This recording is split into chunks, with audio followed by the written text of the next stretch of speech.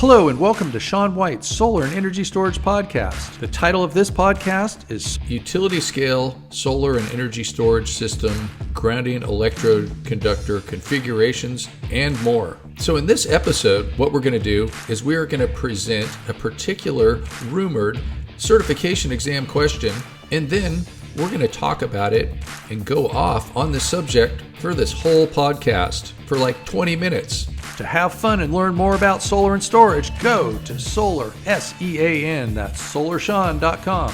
So the rumor goes something like this. There was this one particular solar certification exam, and it goes something like this. What should you look for with 4 different central inverters in the same location? And then there are 4 potential answers, A through D, which are A, 1 grounding electrode conductor, GEC, per inverter bonded and spliced at the main service point. B, 5 grounding electrode conductors, 1 at each inverter and another at the transformer. C, no grounding electrode conductors. And D, 1 grounding electrode conductor irreversibly spliced and connected to the main bonding point at the transformer or main service bus. So this is a topic for the discussion that's going to go on for about 20 minutes. We're going to go on and off of this topic and get into some really interesting stuff about utility scale solar and energy storage plants, just talking about this. And also, by the way, if you were taking that test, they might have called that central inverter a central power conditioning unit. How about that? Let's see what Bill Brooks has to say. If this is a dedicated service for a PV system, and let's say each one of these are 1 megawatt inverters, and they're all coming together to a 4 MVA transformer or something like that, then the transformer is going to have a GEC. Not the inverters. Not the inverters. Yeah. Mm-hmm. And so that's where they're probably wrong. So I would say A would be correct, is that there'd be 1 GEC irreversibly spliced and connected to the main bonding point in the main service panel, if there is a main service panel, because there may not be. There could be just a connection to the transformer.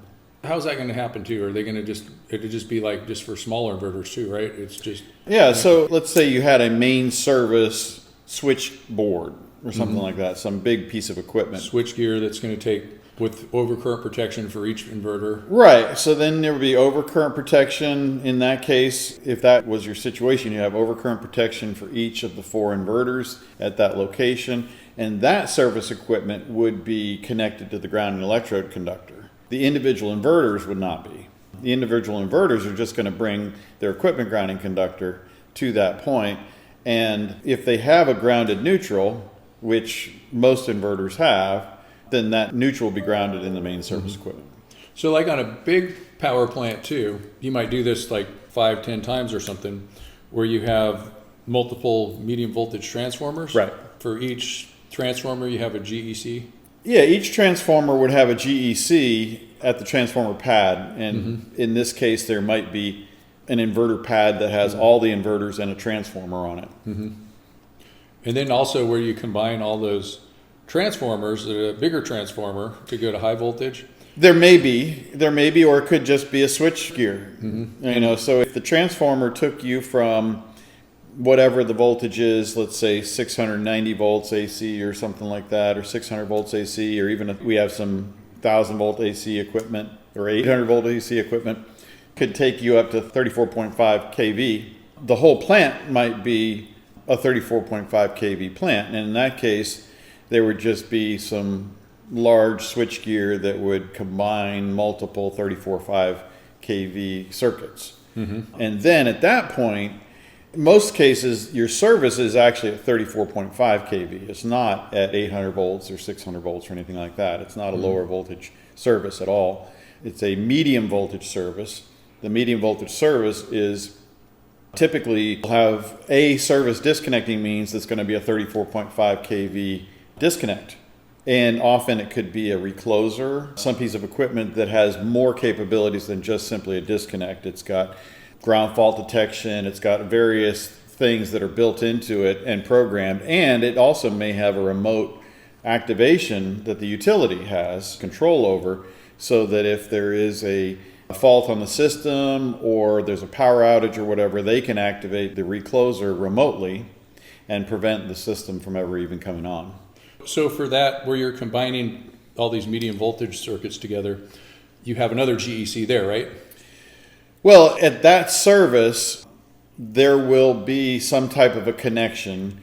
Now, is that where the grounding connection is going to be? It's really going to be up to the utility how they configure their system, because it could be a 3-wire connection, it could be a 4-wire connection to the utility. Different utilities have different circuit configurations, and so depending on their circuit configuration and their grounding requirements, that would all come from the utility. And we would just follow whatever requirements are. And there may not be a grounding conductor at that point, because they may have the neutral. If it's a 4-wire, they may have a neutral, and that neutral is going to be connected to ground at their substation and all, but they may dictate where that connection is made at a service at medium voltage. So the medium voltage services are very, very different than low voltage services that we have for buildings. And so we just go to their guidelines and their rules and we follow those.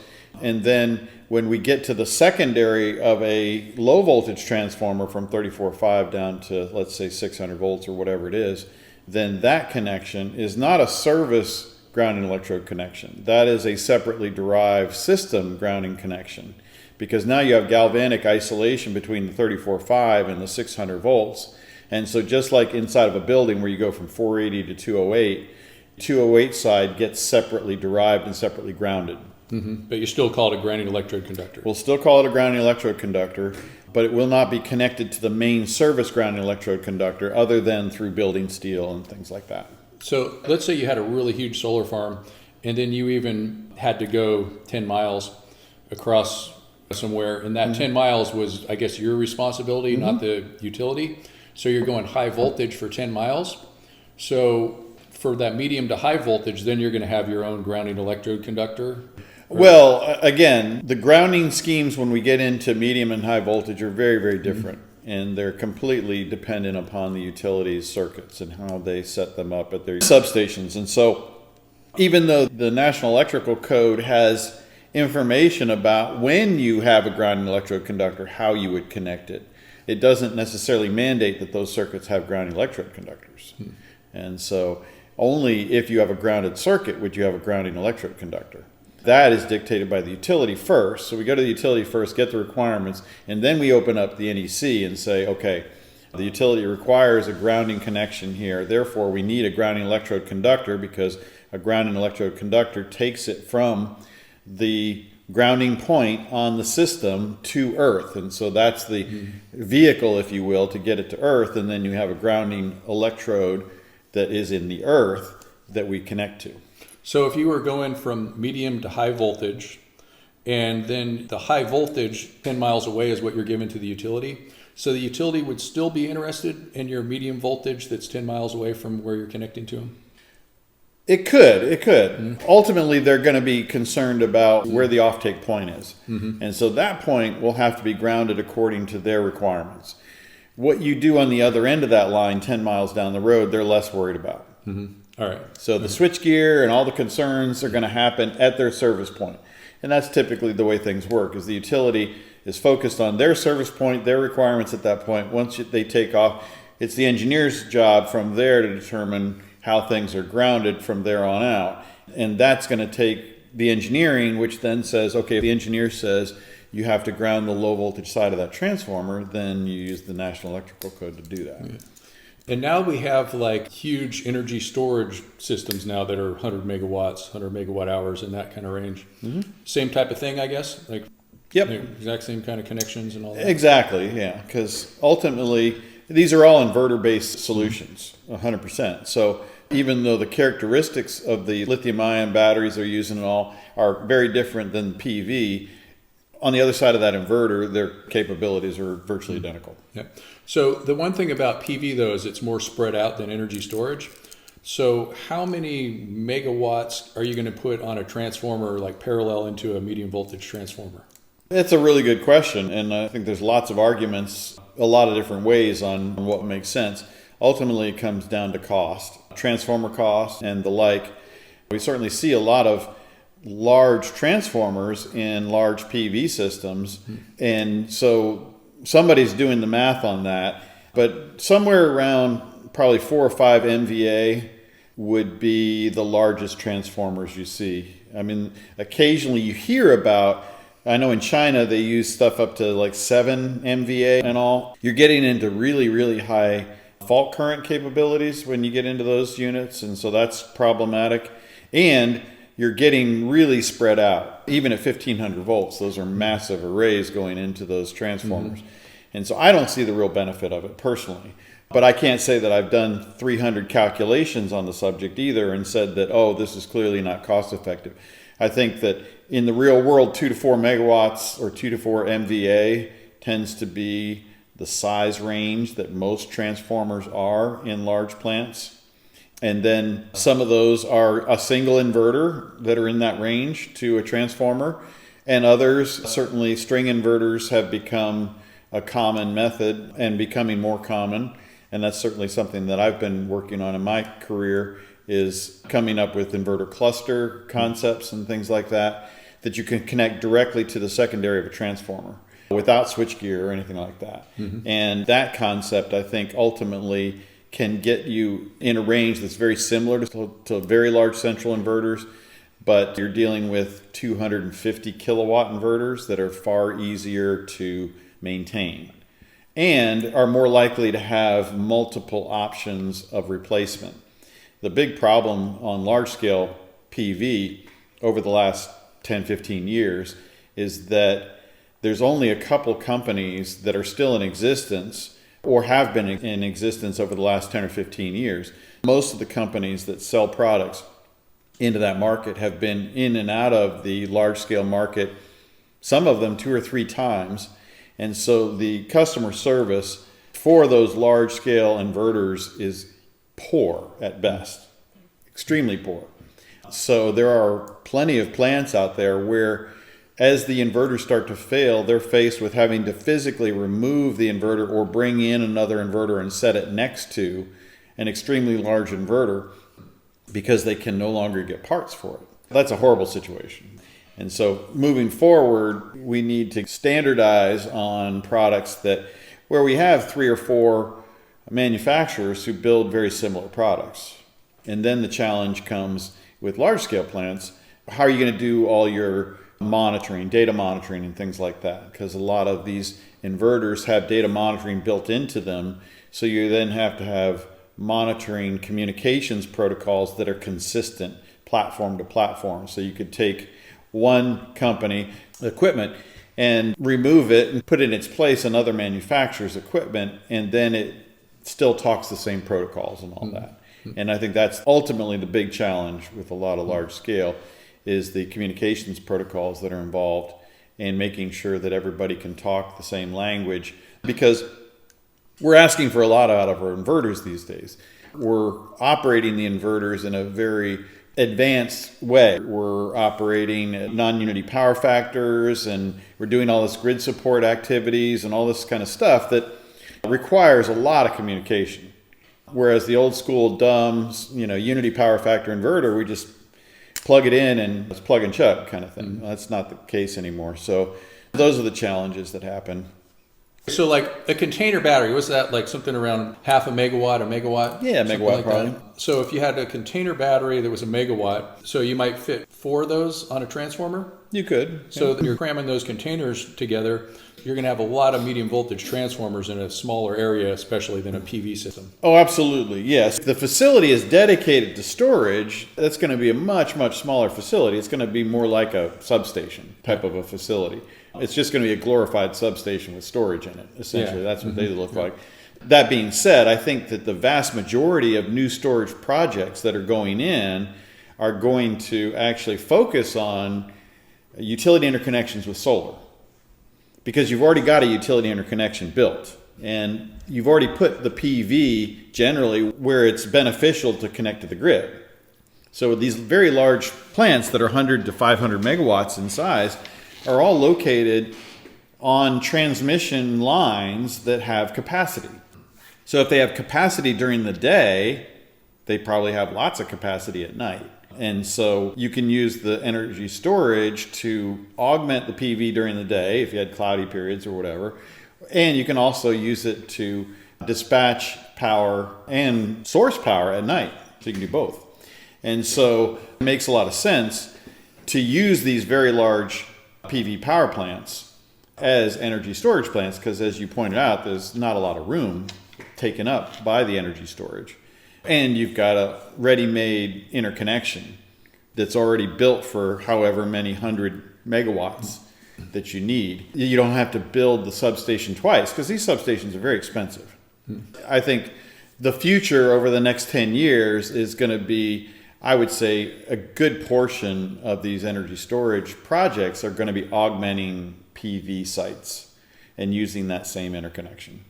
So if somebody's going to have a big solar farm and they're going to DC couple and put their solar and their energy storage together on the DC side of an inverter, then they're going to have these batteries distributed throughout these huge solar fields, I guess. You could. Yeah, that's one way to do it. Is there a different way of doing it? Because sure. I mean, I'd say most of the storage projects out there that I'm aware of are going in with their own inverters.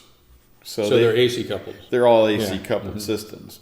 And there's good reasons why you might want to do that, because going back to the grid support activities and stuff like that, there may be grid support things that the battery things are doing that the solar doesn't do, and vice versa. You hear the big DC coupled people that are, in favor of DC coupling say like, well, then you're not clipping your PV and you can get a lot more per inverter and all that stuff. I mean, those are all arguments for each way. I mean, there's no clear winner in this case. And so anybody who tells you, they're just salespeople. There's great opportunities in the DC coupled world, and there's great opportunities in the AC coupled world. To say that the problem is, if you put all your eggs in the DC coupled world, there's only a few inverters out there that can do that. And very few of them were built with that inverter that has those capabilities. So you're really narrowing your focus on what inverters can even do a DC coupled arrangement with energy storage, because they're all programmed and built for PV. Whereas inverters are fairly inexpensive these days. And so the hardware cost of the inverter relative additional cost to put it onto a battery is not that much. So the savings, I don't think, are magnanimous. Now, if you want to start from day one and build a plant, then DC coupling makes a lot of sense, but it's got to be factored into the whole tariff of the project and everything like that, and how it's being built, because that's ultimately why they're able to sell those projects, is that there's something about the characteristics of solar that don't match well with the tariff that the system is trying to produce power into, and therefore they're having to augment it with energy storage so that they can essentially shift the peak correctly to make more money out of the electrons coming out of the system. And so, projects like Nextracker and other folks, they have these DC coupled options where essentially they can make the plant look like anything they want and essentially load shift their generation from the morning, where it has very little value in the summertime, and shift it all to the late afternoon. And so you dispatch the battery in the late afternoon and evening until it's exhausted, which essentially empties the battery, and in the morning you recharge it with cheap solar power, or solar power that has very little value on the system. You dramatically improve the overall cost or value of the project. But that's because it's all based on what the tariff is that the plant is built on. So how big are those Nextracker batteries they're using to DC couple with?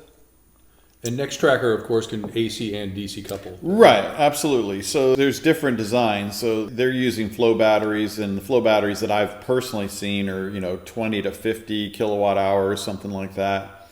And they're essentially dedicated per tracker. So there's a storage unit. That's one of their configurations, is a storage unit per tracker.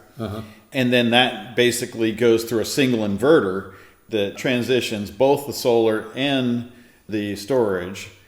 And a lot of the energy during the day actually bypasses the inverter completely, because essentially it's just a DC to DC coupling of the PV and the storage. Cool. Yeah, I'd imagine that AC coupling is just more future-proof because you're going to have, however many volts of AC forever, or you have transformers to convert things. Yeah, the way I like to explain it is the AC power is a common language that everybody speaks. 60 hertz is our common... Except for Thomas Edison. Yeah, exactly. And so we speak 60 hertz in the United States. Once you get to 60 hertz, you can go to any voltage you want. That doesn't mean that in DC you can't do the same kind of things. It's just much more specialized equipment. We can essentially order transformers, whatever voltages we want, in any configurations we want, and they're very dumb, simple, and effective pieces of equipment, whereas a DC coupling activity is more complex because now we're dealing with voltages and differing voltages and making everybody happy and what's the best voltage for lithium ion versus solar, and they're all different. And so the common language of AC makes a lot of sense, and as you point out, there's lots of products that people are going to build for that market. And they're not going to build them just for solar. They're going to build them for the storage market. They're going to build them for the general electrical market and things like that. Yeah, and by the way, Bill is speaking at 60 cycles per second. That's right. So we had to slow this down for all of us normal people so we could understand the genius. Absolutely. Yeah. Thanks for listening. And to learn more about the sun and everything else, go to solarsean.com.